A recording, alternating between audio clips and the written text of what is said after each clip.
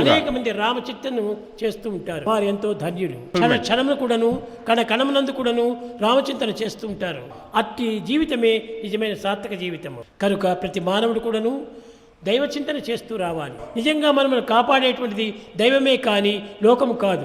స్థానం నందే ఉన్నారు. తమ పొట్టలు తాము నింపుకుంటున్నారు. దైవం యొక్క సత్యము ఏమాత్రం అర్థం చేసుకోవటం లేదు. కనుకనే దీని ఎందుకును దైవాన్ని మనం చింతించాలి. దైవమే అనుగ్రహం మనకు ఉంటే ఎన్ని బాధలైనా నివారణ కావచ్చు, ఎట్టి సంపదలైనా మనకు లభించవచ్చు. సర్వ సంపదలు కూడా భగవత్ అనుగ్రహం చేతనే మనకు ప్రాప్తిస్తాయి. కనుకనే రామదాసుడు చెప్పాడు, స్వామి నేనేం చేస్తున్నాను, నీకు ఏమీ నీకు అర్పితం చేయలేదే, నాకెందుకు ఇంత అనుగ్రహాన్ని ప్రసాదిస్తావు? నీవు చేసేటువంటి త్యాగము నిజమైనటువంటి యోగమే. నీవు మానసికంగా చేస్తున్నటువంటిది నాకు తెలుసు కానీ నీకు తెలియదు. కనుక మానసికంగా నీవు చేసేటువంటి త్యాగం అంతా దైవంకే మాత్రమే అర్థమవుతుంది. వారులకు అర్థం కానక్కర్లేదు, ఇతరులు అర్థం చేసుకోలేరు కూడా. కనుక మన త్యాగము, మన యొక్క యోగము, మన ప్రేమ తత్వానికి అర్థం కావాలి. అందుకోసమే త్యాగరాజు చెప్తూ వచ్చాడు, కపివారది దాటునా కలికి రోటగట్ లక్ష్మీదేవి వలచునా వరుండు కొలచునా సుషబుద్ధి గల భరతుడు చూచి చూచి మృక్కునా అపరామ భక్తి ఎంతో గొప్పరా. లక్ష్మీదేవి వలచునా? ఈ యొక్క రాములు కావాలని లక్ష్మీదేవి అని వెతికిందా? రామా లక్ష్మణుండు కొలచునా. రాత్రిం పగలు కూడాను రామచంద్రుని సేవ చేస్తూ కాలంనంతా కూడా సద్వినియోగం చేశాడు.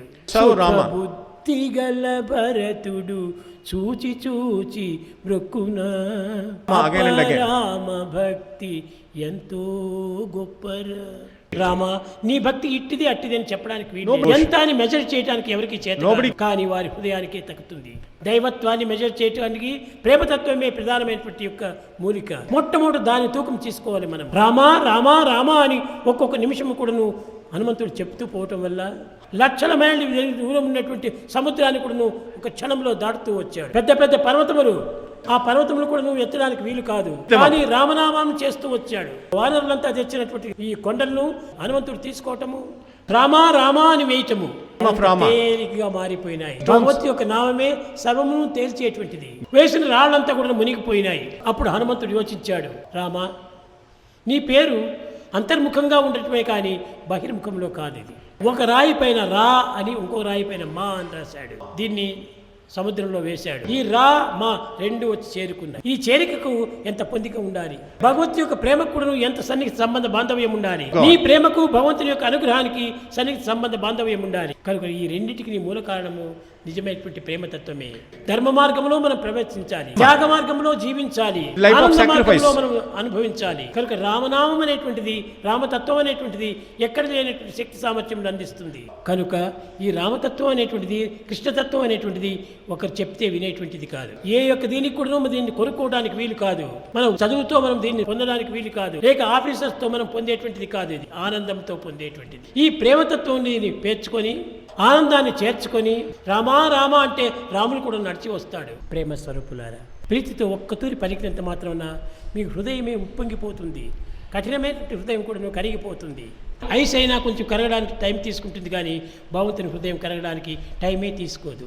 కనుక దైవశక్తి ఒక క్షణంలో పెరిగిపోతుంది, క్షణంలో కరిగిపోతుంది. కనుక దైవనామం చేసుకుంటురా అండి.